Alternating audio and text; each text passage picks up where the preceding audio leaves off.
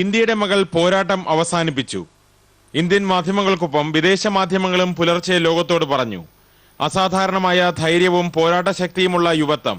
എനിക്ക് ജീവിക്കണം എന്ന് അമ്മയോടും സഹോദരനോടും പറഞ്ഞ ആ 23-കാരിയെ രക്ഷിക്കാൻ വൈദ്യശാസ്ത്രത്തിനുമായില്ല. 13 ദിവസം മുമ്പ് ദില്ലിയിലെ നിരത്തിൽ അക്രമികളുടെ പിടിയിൽ നിന്ന് രക്ഷപ്പെടുത്താൻ സുരക്ഷാ സംവിധാനത്തിനും നിയമപാലകർക്കും കഴിയാത്തതുപോലെ. എന്നാൽ ആ പോരാട്ടം പ്രധാനമന്ത്രി പറഞ്ഞതുപോലെ വെറുതെയാവില്ല എന്ന് ഉറപ്പുവരുത്തേണ്ടത് അദ്ദേഹം നേതൃത്വം നൽകുന്ന സർക്കാരിന്റെ തന്നെ കടമയാണ്. ആദ്യം സാമൂഹ്യ മനസ്ഥിതി മാറ്റാനുള്ള ചർച്ച നടത്തണം എന്നാണ് പ്രധാനമന്ത്രിയുടെ നിർദ്ദേശം.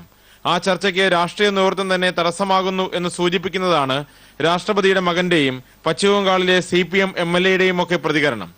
സ്വതന്ത്ര ഇന്ത്യ കണ്ട ഏറ്റവും വലിയ പ്രതീകമായി മാറുന്ന 23-കാരി ആദ്യം റൈസീന കുന്നിലും പിന്നീട് ഇന്ത്യ ഗേറ്റിലും നടന്ന സമരങ്ങൾക്ക് ഊർജം പകർന്നു. ദുഃഖത്തിന്റെ ഈ സമയത്തിന് ശേഷം പ്രക്ഷോഭങ്ങൾ ശക്തിപ്പെടും.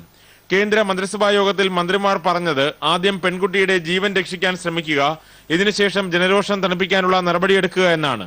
ദില്ലി പോലീസ് കമ്മീഷണറെ മാറ്റിയതുകൊണ്ട് മാത്രം പ്രതിഷേധം തണുക്കില്ല. സോണിയാഗാന്ധിയുടെ വിശ്വസ്തനായ ആഭ്യന്തരമന്ത്രി സുശീൽ കുമാർ ഷിൻഡെയെ മാറ്റുന്നതിനെ കുറിച്ച് ചർച്ചകളൊന്നും നടക്കുന്നില്ല. തനിക്ക് നേരിട്ട് ഉത്തരവാദിത്തമില്ലാത്ത വിഷയത്തിൽ ശിക്ഷ ഏറ്റുവാങ്ങാൻ തയ്യാറല്ല എന്നാണ് ദില്ലി മുഖ്യമന്ത്രി ഷീലാ ദീക്ഷിതിന്റെയും നിലപാട്.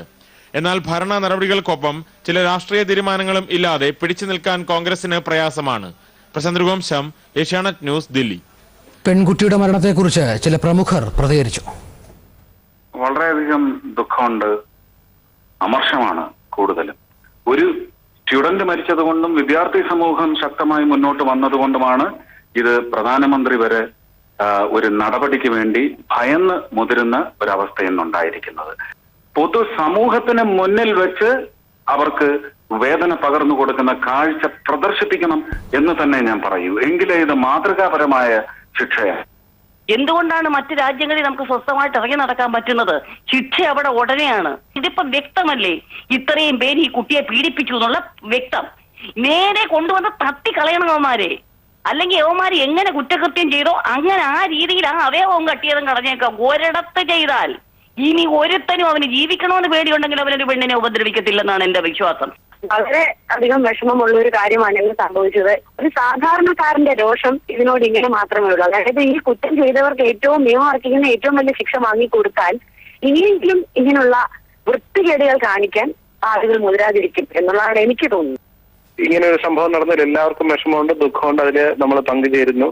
അതോടൊപ്പം ഇത് നമ്മുടെ കണ്ണ് തുറപ്പിക്കേണ്ടതാണ്. ഈ ഒരു സംഭവം നടന്നതിന് ശേഷം സ്ട്രിക്റ്റ് ആയിട്ടുള്ള നടപടി എടുക്കണം എന്ന് മുറവിളി കൂട്ടുന്നതിന് പകരം ഇത് ഗവൺമെന്റ് കുറച്ചുകൂടെ സ്ട്രിക്റ്റ് ആയിട്ടുള്ള മെഷേഴ്സ് എടുക്കണം ഈ അവസരത്തിൽ. അതാണ് പറയാനുള്ളത്. ഒരു പ്രിവെൻഷൻ എന്ന രീതിയിൽ ഇനി പോകണം.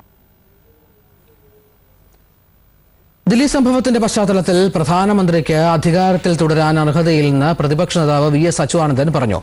സ്ത്രീകൾക്ക് അപമാനകരമായ രീതിയിലുള്ള ഭരണമാണ് നടക്കുന്നതെന്നും VS കുറ്റപ്പെടുത്തി. ദില്ലി സംഭവത്തിൽ പ്രതിഷേധിച്ച് മഹിളാ കോൺഗ്രസ് ജില്ലാ കമ്മിറ്റി കൊച്ചിയിൽ പ്രതിഷേധ ധർണ നടത്തി. ജില്ലാ നേതാക്കളാണ് നേതൃത്വം നൽകിയത്. DC ഓഫീസിന് മുന്നിൽ നിന്ന് ഗാന്ധി സ്ക്വയറിലേക്കായിരുന്നു മാർച്ച്. പെൺകുട്ടിയുടെ ദുരന്തം ഇന്ത്യക്കാകെ നാണക്കേടാണെന്ന് പ്രതിഷേധക്കാർ പറഞ്ഞു.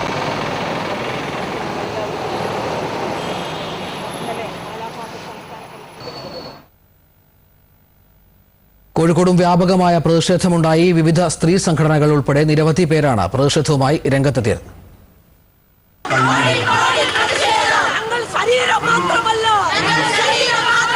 ദില്ലിയിൽ കൂട്ടബലാത്സംഗത്തിനിരയായ കുട്ടി മരിച്ചെന്ന വാർത്ത മാധ്യമങ്ങളിലൂടെ രാവിലെ തന്നെ ഇവരെല്ലാവരും അറിഞ്ഞിരുന്നു.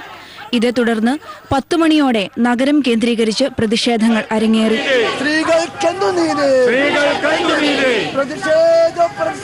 കുട്ടികളും യുവാക്കളും ഉൾപ്പെടെ പ്രായഭേദമന്യേ ജനങ്ങൾ പ്രതിഷേധ പ്രകടനം